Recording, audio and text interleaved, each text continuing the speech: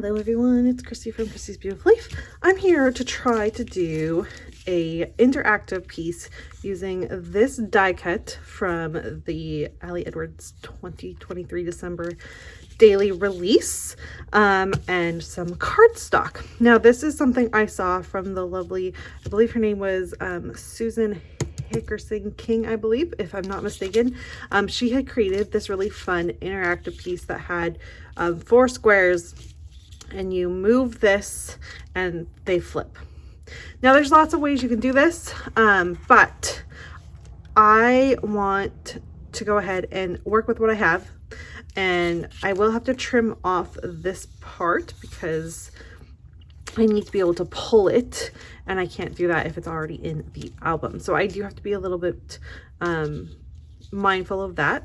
But I did grab a piece, and I think what I need to do is trace out the circles first of all, and then I have to have a little piece like halfway through that attaches so that when you're pulling, the circles flip open. I know it sounds complicated, so I'm gonna just do one side and then I'll do the other, and we'll see if it works. And if it doesn't work, it's fine. I will just use this in another way. So this part was quite simple. I'm just gonna go ahead and get it all lined up, take my pencil and go around all 6 circles to make sure that at least I know the shape that I'm working in, and it's gonna be the correct, so when I cut it, it's gonna look great. And then I'm gonna go ahead and do the other piece. I was trying to move it over more so that when I need a score piece, it would be available to me, because I am working with such a small piece of cardstock. However, in the end, I end up doing a third one because, as you will see as I'm doing this, I didn't take into consideration the fact that as I'm going to start cutting these, that they're the exact same size as the circles, and so they won't freely move when you go to pull them if the circles that I'm working on right now don't have a little bit of a smaller cut to them. And all I end up doing is trimming from the pencil marks on the inside of that circle, so it's got just that little bit that it needs to go ahead and work so that it's the correct way. It's pretty basic, but it did take me a moment to kind of figure that part out. So a learning curve, of course. Again, if you have a cut file machine, a Silhouette or something, I'm sure you could figure this template out on your own and make it much smoother and all of that. I'm not a perfectionist, so that part doesn't bother me. I like the freeness of getting crafty and making mistakes and all of that. It works for me, but I can see how freehanding something like this might not be in your comfort zone because you like things perfectly lined up. Don't forget, if you do head on over to Scrappy Nerd UK, her video that was posted where the inspiration was taken from, if you want just the 4 little squares, there's a die cut that you can order.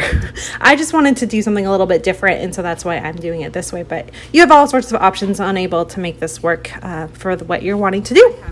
No clue that it will. I don't know. We will have to see. I need to score mark all of these.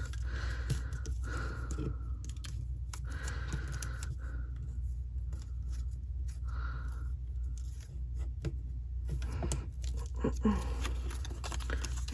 them back.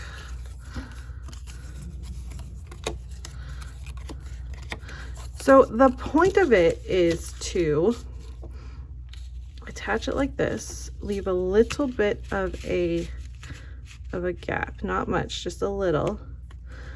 I might have to trim my circles too, because I of course did it to exactly the amount that it is. And then when you pull it, these are supposed to come with them, and then there'll be more circles. So that's the goal. So I think I have to trim these a bit, which is fine. Just trim into the, I didn't have a perfect sized hole punch for this, or I would have gone ahead and done that a little bit, but that's okay. This is, again, I'm not a perfectionist. I'm just kind of playing. I like to play. And when you see an idea and you don't necessarily have what everyone else has, this is a good example of, you can, just because someone has a die cutting machine or a die set with their Big Shot or whatever. And if you don't have it, doesn't mean you still can't have fun interactive elements in your album. You just have to get creative with how you do it. There we go. And then I think we would attach this all back to the best that we can, like that. And then, yeah, as you pull it, it should then flip as you pull. So you don't, I think you just attach these little bits to your thing, and then this part is attached to a piece of pattern paper. So I'm gonna go ahead and try and work on this one and see how it turns out. Okay, so I redid the first one because it was pretty wonky. So I just learned to cut inside the circle, and then I erased the pencil marks, but I'm also going to flip it over so that you can't even see them. And then when they go over, we will, we're gonna experiment and see how it all turns out. I think it's gonna work. I think it's gonna be cute. I did decide on the red. Believe it or not, I did consider flipping this and not using this green, but I came up with a different plan, so I think it's gonna be okay. And then we're gonna, like I said, adhere them like this, just so there's ever so slightly a little bit of overhang, and then when we pull it, they should pull out. So it's gonna be kind of test as we go. I'm gonna trim off this little bit. I'm just going to trim just as little as I possibly can so we keep as much of it as possible. There we go. Okay, so the trick is to put, I guess glue would be the best option here. So we're going to do some glue, some wet adhesive,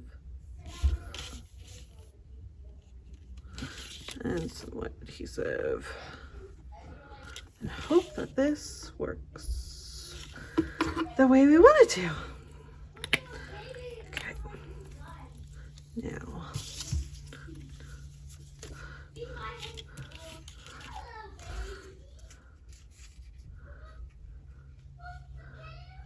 we want it to line up so that there's just a little bit of space on each one.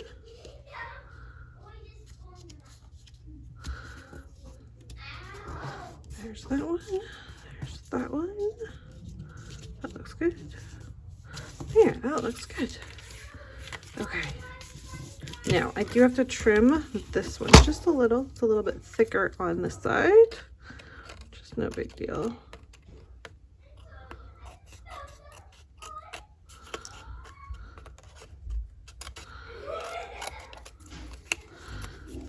Okay. Okay. There. Now, oh, I am going, this might get caught just a little. There we go. There. Okay. Now we're going to place it onto here. And then hopefully, like I said, when we pull, it pulls with it and it goes like that. All right, so I'm gonna attach the other one and then we'll start attaching it to here and see what happens. All right, guys, so I was about to tape. I'm gonna red line tape this, I've decided.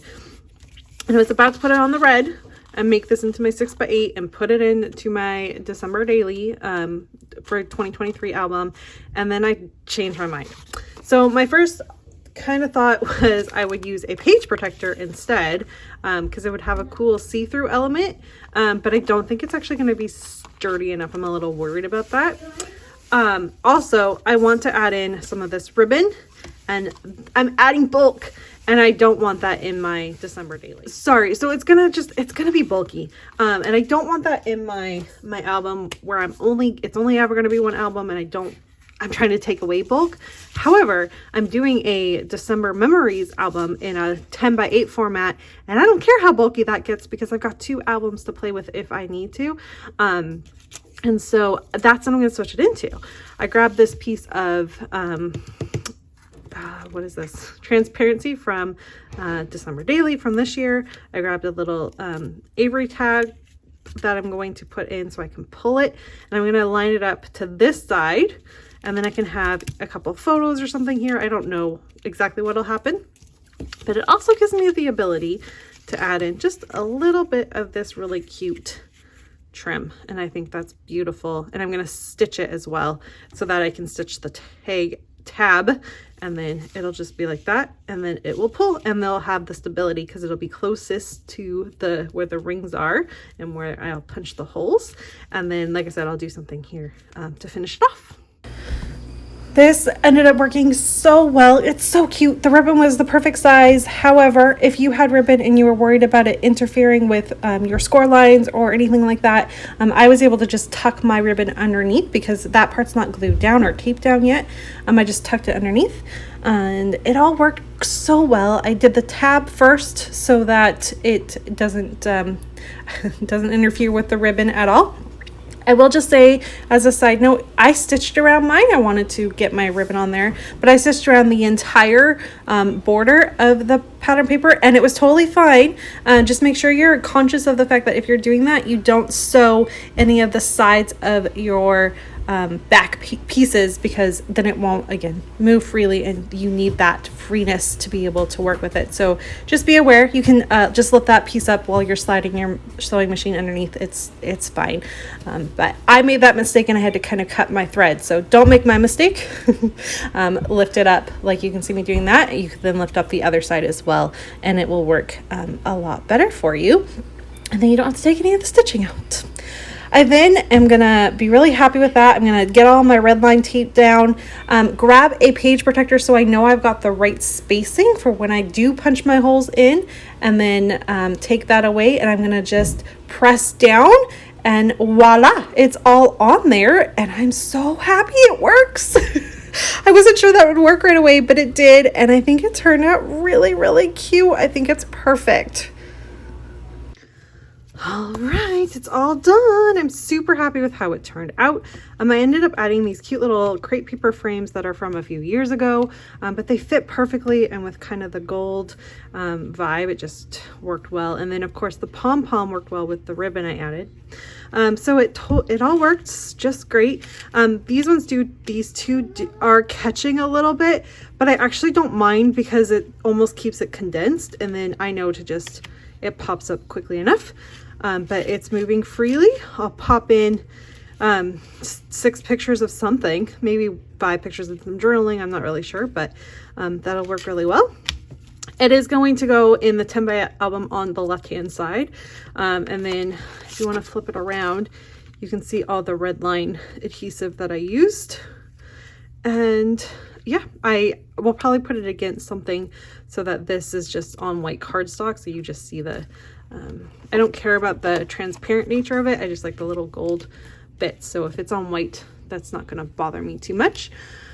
I will say, if you want more of a quote unquote professionally done one, I would go into your silhouette or whatever, and all you have to do, right, is make your circles, make sure they're a little bit smaller than whatever shape you're using, and then just make little tabs to go with them, and then make sure you have enough. I would do the length, like the width of whatever your tape is, so that you know you can score it and you'll be good to go. It came together really easy, and I'm very, very happy with it. So thanks so much for spending some time with me, and I'll see you all again soon. Bye everyone.